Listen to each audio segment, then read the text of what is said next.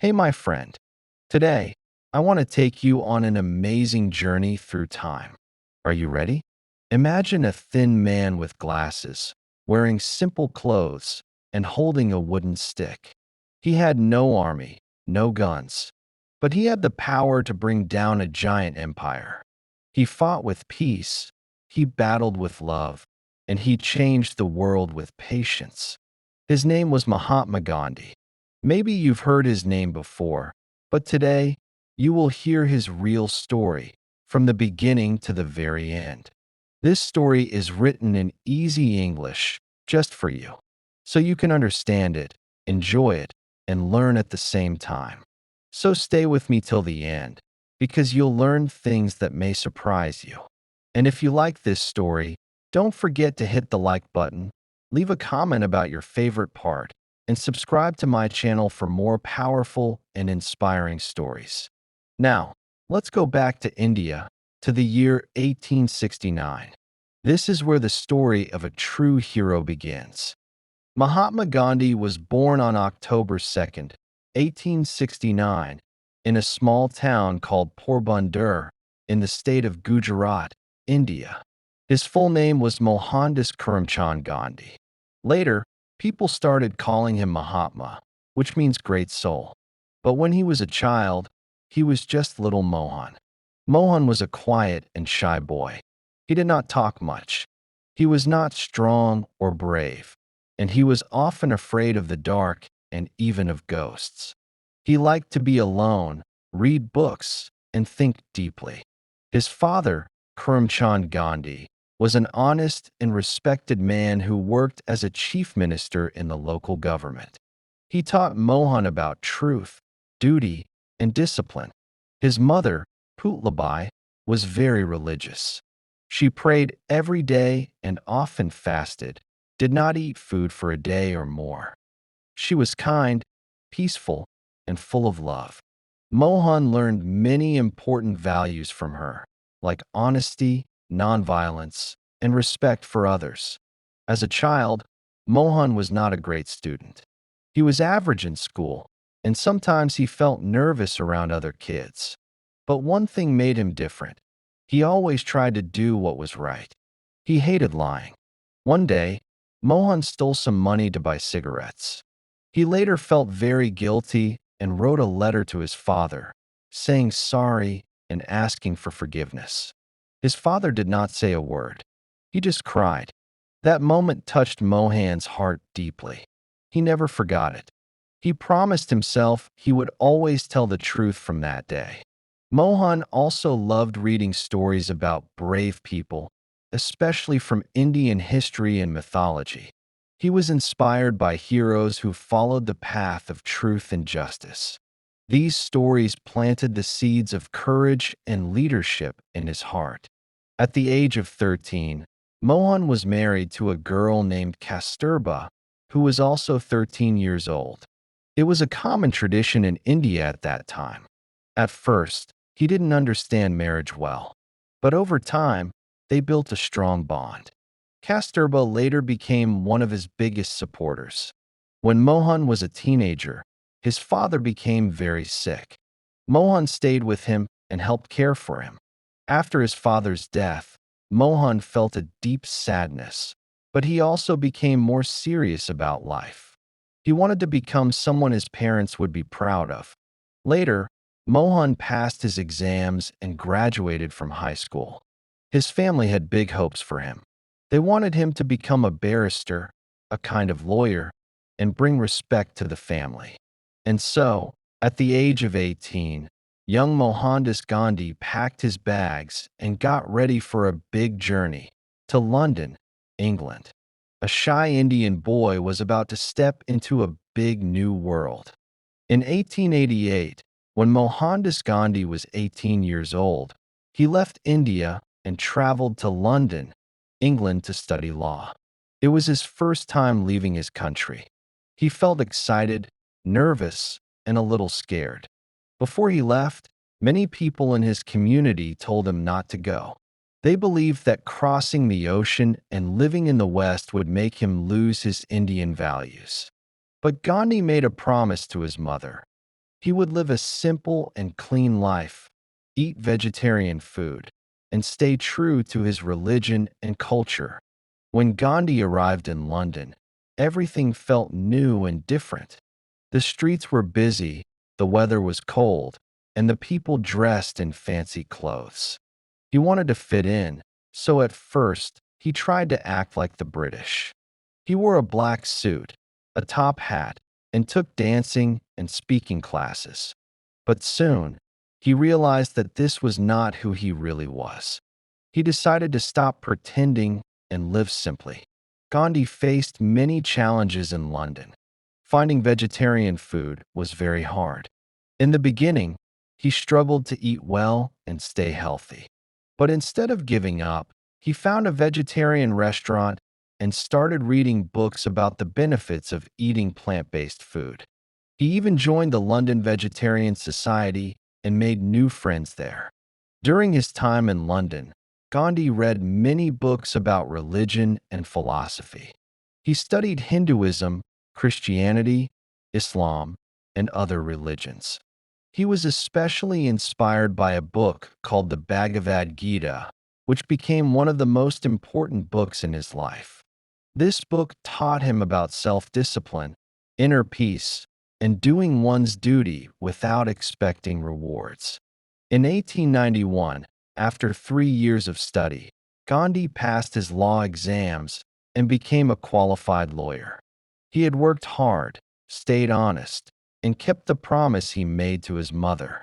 He didn't drink, smoke, or eat meat, even though he lived in a place where everyone else did. After finishing his studies, Gandhi returned to India. But things were not easy when he came back. He tried to start a law practice in Bombay, now Mumbai, but he was shy and nervous in court. He couldn't speak well in front of judges. He failed in his first few cases. People began to say, he will never become a good lawyer. But life had other plans for him. A few months later, Gandhi received a surprising offer. A businessman from India invited him to South Africa to help with a legal case. Gandhi thought it would be a short trip, just 1 year. He said goodbye to his family and boarded a ship again, this time heading to Durban, South Africa. He didn't know it then, but this journey would change his life and the history of the world. In 1893, Gandhi arrived in South Africa to work on a legal case for an Indian businessman. He planned to stay for only 1 year. But what he saw there shocked him, and that 1 year turned into 21 years. At that time, South Africa was controlled by the British.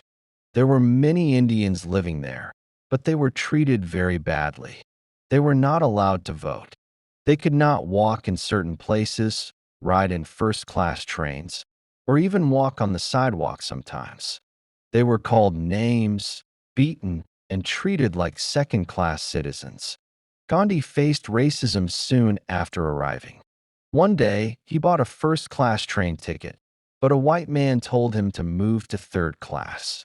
Gandhi refused. So the guards threw him off the train at Pietermaritzburg station in the cold night. That moment changed him forever. He sat alone on the platform and thought, why are Indians treated like this? Why do we accept it? From that day, Gandhi decided to fight for justice, not with violence, but with peace and truth. He called his method satyagraha, which means truth force. He believed that if people stood together peacefully and did what was right, they could bring big change without hurting anyone. Gandhi started working to improve life for Indians in South Africa. He helped people know their rights. He organized peaceful protests, wrote articles, and gave speeches. Many Indians began to follow him. He taught them not to fight with anger, but to stay calm, even when they were arrested or beaten. In 1906, the South African government made a new unfair law. All Indians had to carry ID cards and give their fingerprints. Gandhi and thousands of Indians protested. Many were arrested, including Gandhi himself. But they didn't stop. They burned their ID cards and said, "We will not obey this law because it is wrong." Gandhi went to jail many times, but he never became angry. In fact, he believed that going to prison for a good cause was a form of honor. Slowly, people began to notice his peaceful power. During these years, Gandhi also made big changes in his personal life. He started living very simply. He wore plain clothes, cooked his own food, and gave up things he didn't need. He wanted to live a life of truth, nonviolence, and service. In 1914, after 21 years of struggle, the South African government finally made some changes to the unfair laws. Gandhi's peaceful fight had worked. It was time for him to return to India. He was no longer just a lawyer. He had become a leader, a fighter for justice, and a symbol of peaceful resistance. India was waiting, and Gandhi was ready. In 1915, Gandhi returned to India after 21 years in South Africa. People in India had already heard about his peaceful work and great leadership. Many were curious to see the man who had fought for justice without using violence. When he arrived, he was welcomed warmly. At first, Gandhi did not jump into politics. He wanted to understand India better. So he traveled across the country, visiting villages, talking to farmers, and learning about their problems. He saw poverty, hunger, and sadness everywhere. People were suffering under British rule. They had no freedom, no voice, and no hope.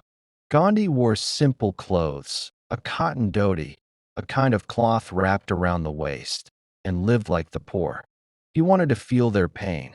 He believed that a leader should live like the people he serves. Soon, Gandhi began to lead peaceful protests against British laws. One of his first big movements was in Champaran in 1917, where poor farmers were forced to grow indigo instead of food. The British paid them very little and punished them if they refused. Gandhi visited the area, met the farmers, and helped them organize a peaceful protest. In the end, the British gave in. It was a big victory, and it was just the beginning. In 1919, the British passed a cruel law called the Rowlatt Act, which allowed them to arrest people without a trial. Gandhi called for a peaceful nationwide protest. People from all over India joined. But in Amritsar, something terrible happened. British soldiers fired on a large crowd of peaceful men, women, and children. Hundreds died. This tragedy shocked the nation, and Gandhi too. Gandhi became more determined. He told people to stop buying British goods, to wear Indian-made clothes, khadi, and to practice non-cooperation. He said, "We will not fight with weapons, but we will not obey unjust rules either." Millions of Indians began to follow him. They saw hope in his words, peace in his actions, and strength in his simple way of life. Gandhi taught them that freedom starts with self-control, truth, and unity. But the British did not like this. They arrested Gandhi several times. Still, every time he came out of jail, he returned stronger and more respected. By the 1920s, Gandhi was no longer just a leader. He had become the heart of India's freedom movement. But his biggest act of peaceful protest was yet to come. It would be a long walk, and it would shake the British Empire. By the early 1930s, Gandhi was one of the most powerful voices in India. But the British were still in control, and life was very hard for most Indians. They had to pay high taxes, follow strict laws, and even pay money just to make salt, something everyone needed to eat. Gandhi thought this was unfair. He chose salt as the next symbol of peaceful protest. He believed that if common people joined together for something simple, like making salt, they could show their strength without violence. So in 1930, Gandhi began a historic journey called the Salt March. He walked 240 miles, around 385 kilometers, from his home in Sabarmati to the town of Dandi, near the sea. He was 60 years old, but he walked with strength and purpose. Thousands of people joined him along the way. They sang songs, waved flags, and felt hope rise in their hearts. After 24 days of walking, Gandhi reached the sea. There, he picked up a handful of salt from the ground, breaking the British law. It was a simple act, but it made big waves across India and the world. People everywhere started making their own salt and refusing to buy British goods. The British government reacted with fear and anger. They arrested over 60,000 people, including Gandhi. But this time, the world was watching. Newspapers and radio stations across the globe reported on the peaceful protest in India. Gandhi became a symbol of courage, peace, and justice. After he was released from jail, Gandhi continued to lead nonviolent movements. He met with British leaders and demanded complete independence for India. But change did not come quickly. The British were not ready to leave. Gandhi knew the fight would take time and patience. During World War II, the British asked India for help. But Gandhi said, "India will not help while it is still a slave." In 1942, he launched the Quit India movement, asking the British to leave the country immediately. Once again, he and many other leaders were jailed. By this time, Gandhi was old and weak, but his spirit was strong. He believed in his people. He believed in peace. And finally, the world began to listen. In 1947, after years of struggle, sacrifice, and peaceful protest, India won its independence.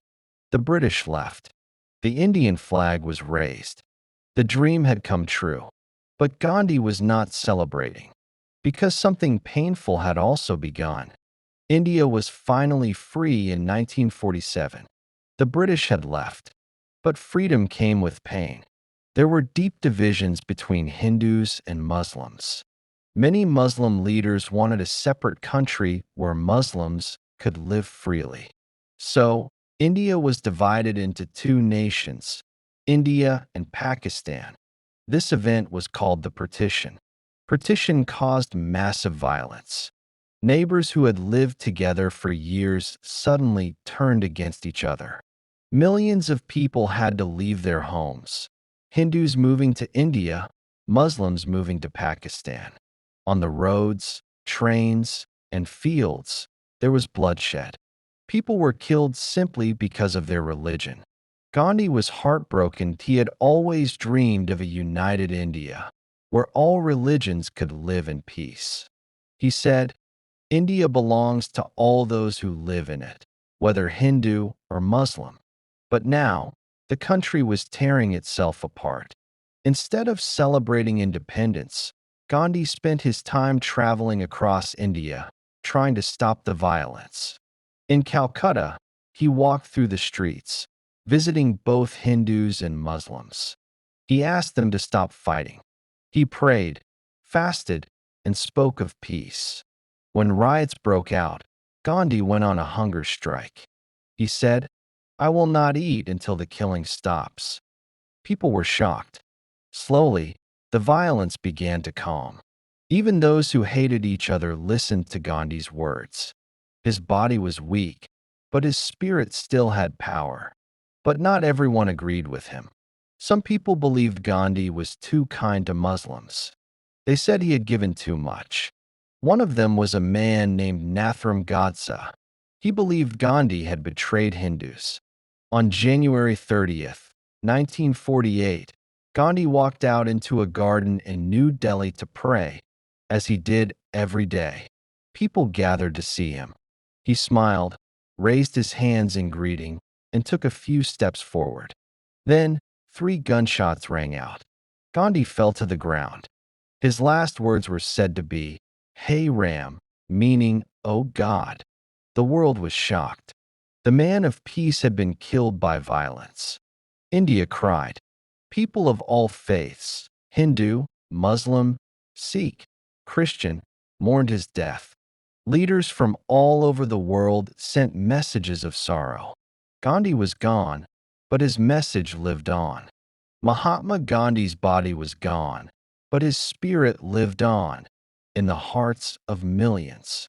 He had not won freedom with weapons, but with truth, love, and courage. His method of nonviolence, ahimsa, became a light for the world. Many great leaders followed his path, like Martin Luther King Jr. in the United States and Nelson Mandela in South Africa. They used peace, not hate, to fight injustice, just like Gandhi did. Gandhi taught us something powerful. You don't need to be rich, strong, or famous to change the world. You only need a heart full of truth, a voice that speaks kindly, and the courage to stand up for what's right. He showed us that real strength is not in hurting others, but in forgiving. That freedom is not just political, it begins in the soul. And that every person matters, no matter how small they seem. Even today, his ideas inspire people everywhere, in schools, homes, protests, and prayers. His face is on Indian money. His birthday is a national holiday, and his words still move hearts. Be the change you wish to see in the world. Dear learner, Gandhi's story is not just history, it's a lesson. It reminds us to stay calm when others shout, to stand tall when we're afraid, to speak truth even when it's hard, and to believe that peace is always more powerful than violence. If you were inspired by this story, don't forget to like the video, leave a comment sharing your thoughts, and subscribe for more stories that teach English and inspire your heart. And always remember, even one peaceful voice can echo through the world. Let yours be that voice.